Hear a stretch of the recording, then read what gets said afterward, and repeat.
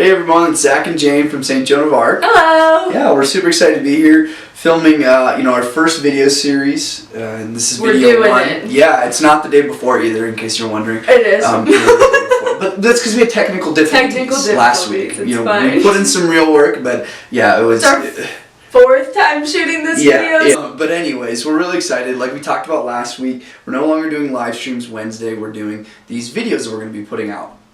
And to start off, we started this series called Know Thyself. We talked about it a little bit last Wednesday.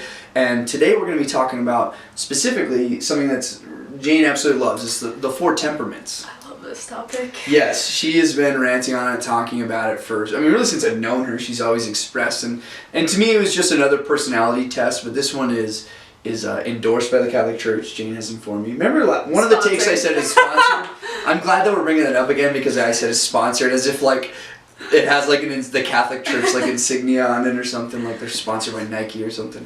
Yeah, so it's a personality test that's endorsed by the Catholic Church. I think the Myers-Briggs is as well. Yeah. But so these two. And so it's based off of how you react to situations, and in that, like, how strongly you react to situations and how quickly you react to situations. Yeah, and it's dealing a lot with, like, conflict as well, specifically, like your reaction to well, not just conflict, but yeah, that's kind of the common theme and why we think it's kind of importance to talk about. And really, before we get into it, the last thing we're going to cover is really talk about why this pertains to us in a big way, and it's because Jesus really modeled this perfect balance of all 4 of these different temperaments, which I'll let Jane explain here in a second. But yeah, that's really what we're striving towards, and you guys will see in the graph that Jane will post, it's kind of these 2 axes that it shows how quickly you react and the depth in which you react. But Jane, do you want to explain the different temperaments?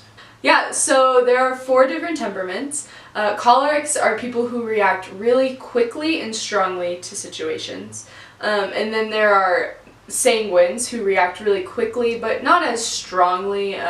We use the term shallow, but not shallow in like the in the cultural sense. It's just like they take things for face value. Yeah. And then phlegmatics react slowly and shallowly, and then melancholics react slowly and deeply. So within all of these people, I'll kind of just give you a quick explanation of a type of person that each one is. Mm-hmm. Your cholerics are kind of your type A leaders, go-getters.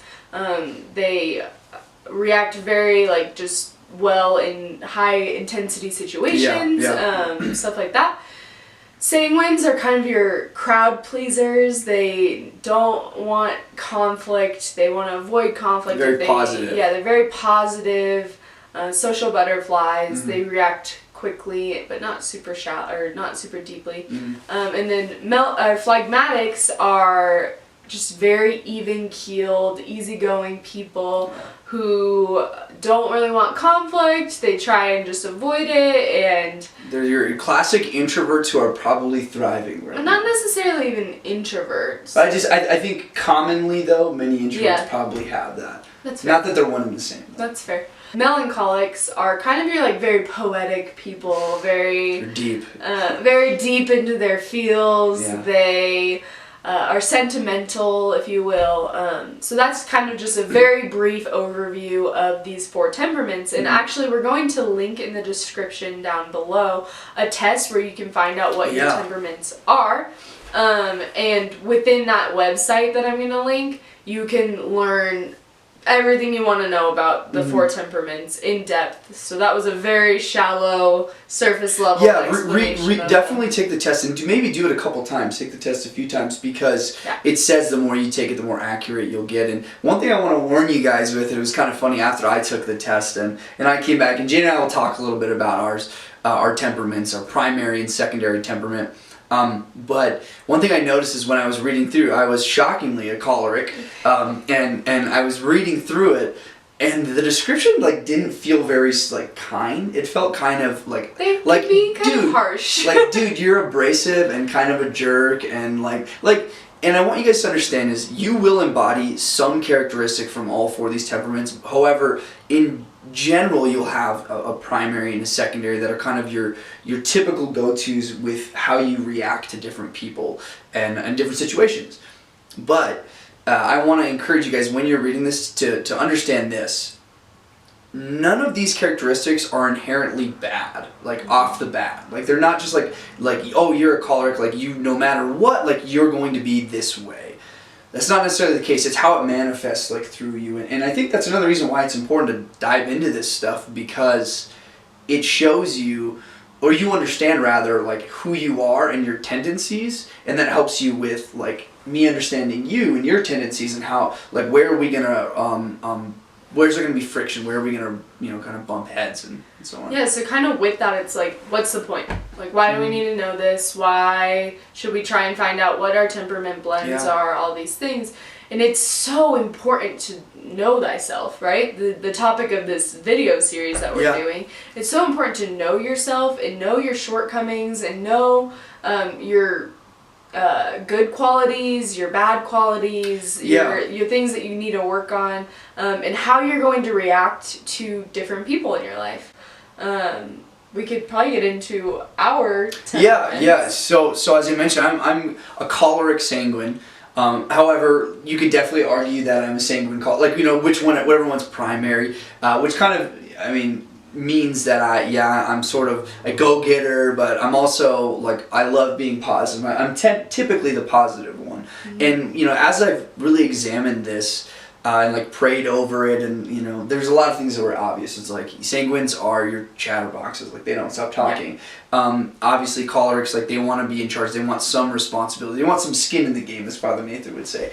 But something I've realized is, because I am both quick reactors, and there's depth at which I react to things, I often try to play the fixer in people's lives, like no matter what situation. Jane knows this, my wife Kira, like people who are in my life, like, no, if they bring a problem to me, or if I become aware of that problem, like I really want to fix it.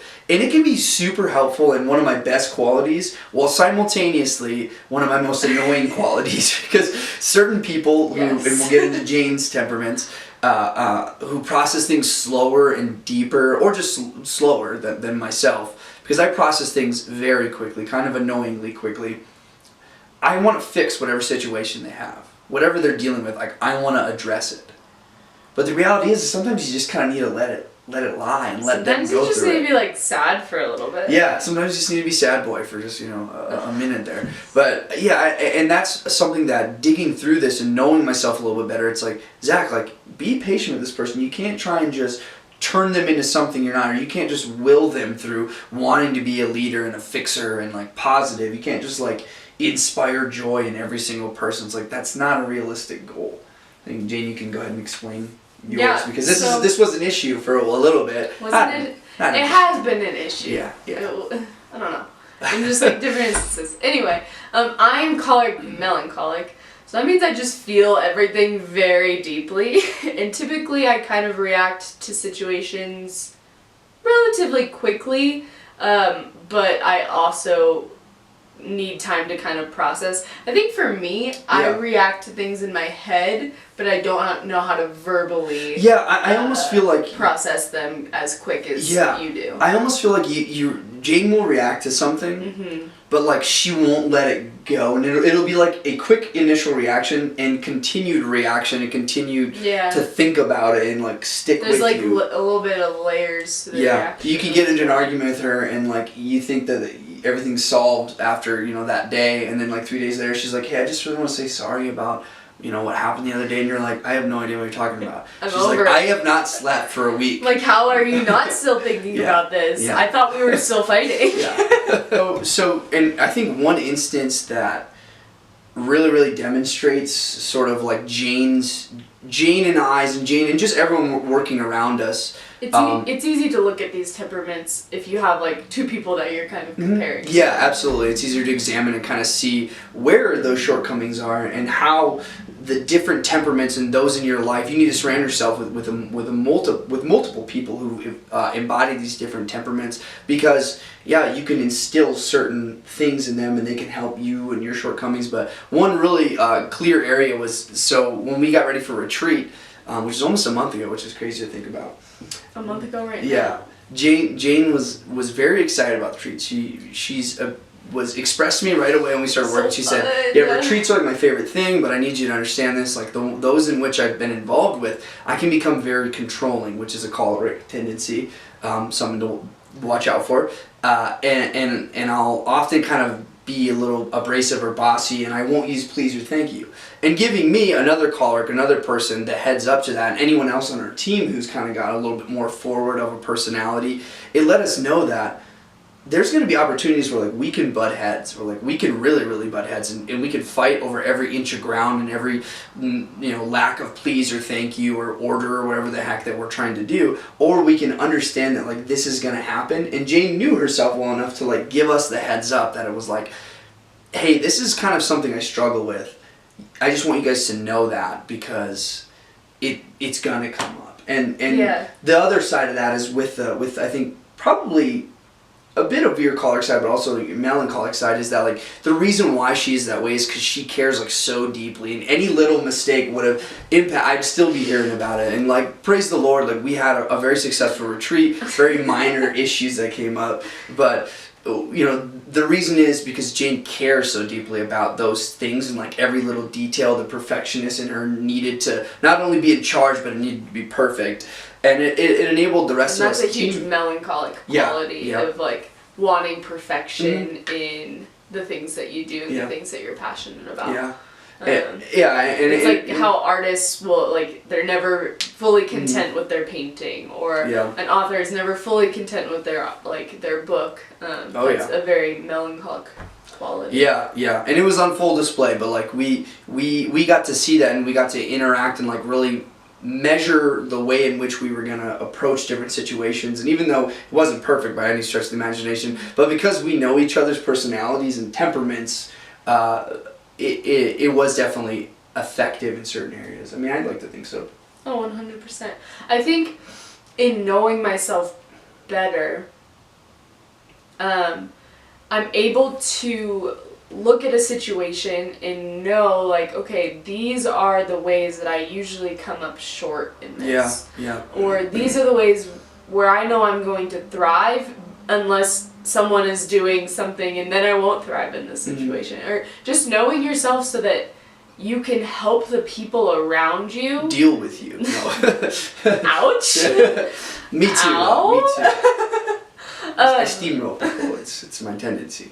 Whatever. Yeah. But being able to know those things and be working on them, it's not just like, hey, just so you know, I'm a super abrasive personality, you're just going to have to deal with it. Yeah. That's not what I'm saying. It's just the way I am, man. It's just the way I am. What I'm saying is I can know, hey, when I'm in this situation, in a retreat situation where I'm super passionate about what we're putting out there and all these things, I might get caught up in that. So if you see me getting caught up in that, like, give me a gentle reminder to bring it back. Yeah.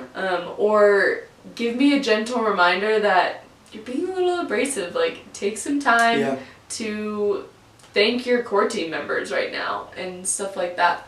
Thanks, Zach. And thank you. Which actually kind of steers us right into like the last thing, and probably the most important reason why we wanted to talk about this was, as we mentioned at the beginning, Christ embodied perfect balance with all four of the temperaments. He like when you look at the chart, and you'll be able to look at this graph, Jesus was right in the middle. That's where, and you'll be able to plot kind of where you think you are, where you're roughly about. But Jesus was right in the middle, and I was reflecting on the gospel like 2 weeks ago or something, and it just was talking about how multiple Christ was. It's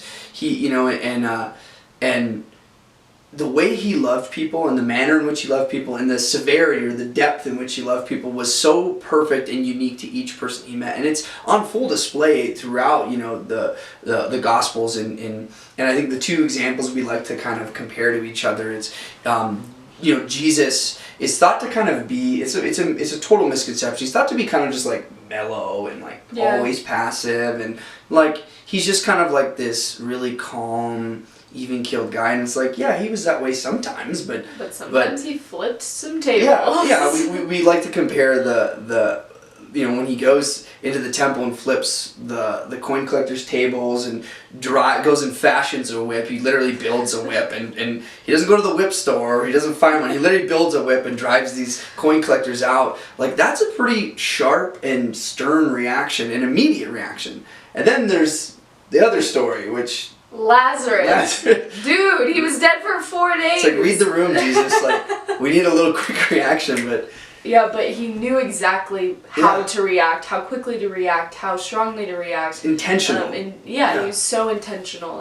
And that's our goal, really. Like, we are called to be like Christ. We are called to strive for holiness, sanctity. And within that, we need to know our shortcomings and know where we kind of come up... Short. Well, yeah, I just said that. Short. Well, yeah, but it's just, how do you love each person in your life the way they ought to be and need to be loved? And Jesus knew that, and I think one of the biggest lies that we're fed today in society is just that, like, we're so perfect like the way we are. It's like, you don't need to change anything about yourself. Like, you're just so great like the way you are. But the reality is, God loves you exactly the way you are. His love is perfect for you right now as you exist. But he loves you infinitely right now, but he also loves you the exact same for who you can be. Like, God loves you just as much now, but also he loves you as much as the person you could be. And he wants you to become that person. He wants you to strive to be like his son. I mean, that's kind of part of the reason he sent him, but that's and I think we get caught up in that lie that it's like, oh, I'm good just like right now. It's like, no, we ought to be aiming to be Christ-like and striving to be that way, which is why it starts with us. It starts inside. Like, how can I understand myself more to better understand those around me so that I can love them better? I mean, that's kind of the end goal there. That's it. You summarized it so well. Like, it's so important to know yourself and to start now in high school, middle school, wherever if you're an adult watching this, like, it's never too late to get to know yourself a little bit better. And the Lord asks that of us. Like, I don't know if we realize that he asks us to get to know ourselves more and to get to know what makes us tick and to get to know what it is that he loves about each and every one of us, even in our brokenness and our crustiness, I think was the word that I said earlier. Crusty and crumbly, like a Nature Valley bar. Anyways, guys, I think that's going to be it for Jane and I this week. We hope you guys enjoy the video and keep looking out for these videos. We're going to be pumping them out on Wednesdays. We're going to be filming Spill Your Guts or Fill Your Guts pretty soon. Yeah, we'll see. Okay. We will. Yeah. All right, guys, thank you so much. Have a wonderful, wonderful rest of the day, and happy Easter. Have a good rest of your Holy Week. Yeah. No, it's not Happy Easter. Well, this comes out tomorrow. Yeah, I understand, but like, you can still like. Happy almost Easter. Happy Holy Week. Pray well, fast well this week. We love you. We miss you.